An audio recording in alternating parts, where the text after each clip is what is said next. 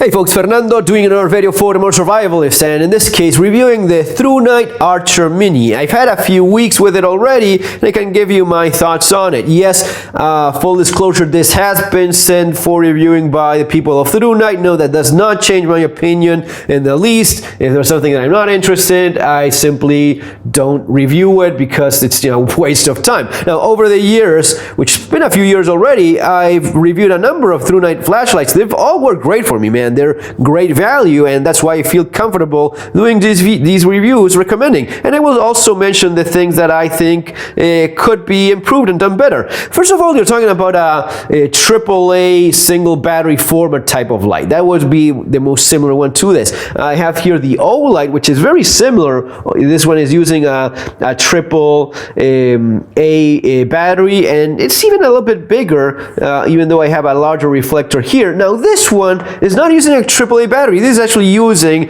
an internal battery that is recharged using this USB Type-C port. That's a big advantage because many of these were up until recently micro USB, which is kind of fading out and it's not nearly used as much. I have actually recharged this one using the charger of my cell phone. So it makes things easy, simple, so as to keep this charged. Of course, there's an advantage of using just any random AAA battery, but there's also the advantage of using any random charger that you find all over the place because everyone has a cell phone, and more those cell phones are going to be focusing on Type-C. So this makes life a lot easier, especially when you're out and about. Like I was mentioning in the previous video, you're going to be using, this is the cable provided, you're going to be using a battery pack or a charger that's going to be using this. So it's getting to that point where you're probably more likely to find Type-C charger or battery pack than a AAA battery. So advantages and disadvantages to both, but this is what you have here. One of the other things that I really like, besides being so compact, is I have a clicky. Many of these tiny flashlights, like the one I have in my keychain, have a twisty system. Careful, the twisty system is quite good in it being super rugged. So that's some of the older flashlights that I have that are still going strong, have that twisty system. So that's very good, but you have to use both hands. And this just makes it quicker, easier. I really prefer this, even though I understand that the twisty system has that advantage of being even more rugged, more resistant, and less likely to have issues because it's just a contact of something that you're twisting, and that's it. Here you have a button that you're pressing, but on the other hand, one of the advantages is here I have a metal button. Usually you will have like a rubberized button, which is quite sturdy, but the metal is something that gives me even more confidence. So I feel that this is going to be, in spite of being quite compact, well, it's not really that I feel anything specific. I know for a fact that rubber is softer than metal, so metal is going to be taking that abuse of being in a pocket, keys, and all that stuff a lot better. Yeah, I have a clip as well, which is smart design in that it's gonna be in both directions, so I can clip this in this direction or in the other direction. This makes it ideal for using it as a headlamp if you had a cap or a hat of some sort, especially those baseball caps. These go very well in those, and you're turning this into a headlamp if you have that. So working with the rest of your EDC, your clothes, some of your choices, if you have a cap, this can easily become a very efficient headlamp for you. Interface, it's really simple. You have turn it on, turn it off, you give it a couple clicks and you go into the high mode, and you give it those 3 clicks and you go into the strobe mode. And when you're looking at the output that you have here, let's check the little manual. You have high, it's going to be 405 lumens. That's going to be for 2.8 minutes. Then it scales down to 157 lumens, mostly because of how hot this gets, and it's going to be lasting for 52 minutes. Low mode, which is really not all that low, is 18 lumens for 7.5 hours. I get it that for people that want the thing simple, boom, 18 lumens is going to be a good general use amount of light. That's really not all that low.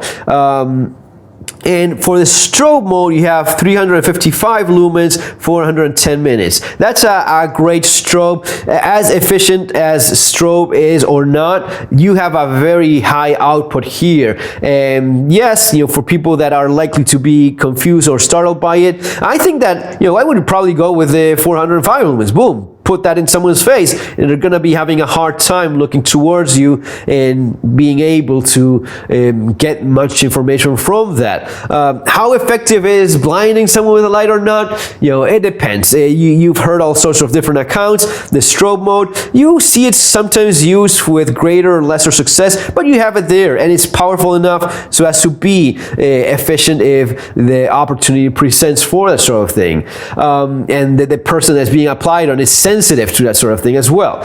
So you have some of those bigger flashlight capabilities, especially with that higher maximum output, and the clicky mode, which is usually found in larger flashlights in a very compact form. So that would be the strong. One of the things I probably criticize is I'm really missing a low mode. Now this is me. I like having, and by a low mode I mean like a moonlight or firefly mode. I'm talking about a 1 lumen mode. I really love those things because I end up using it quite a bit in the day-to-day thing, especially at night when you don't want to wake up people. What I find myself doing, given that I've been using this flashlight for a few weeks now, I do this. I put my finger there and try to hide it because sometimes, especially when people are sleeping, you don't want to wake anyone up. And 18 lumens, man, when it's really dark, it's quite a bit. So it's very useful light, but it's not that minimal, week-long 1 lumen firefly mode that I at least appreciate. Some people just want to have this. You don't want to mess with 3 different modes or 4 different modes.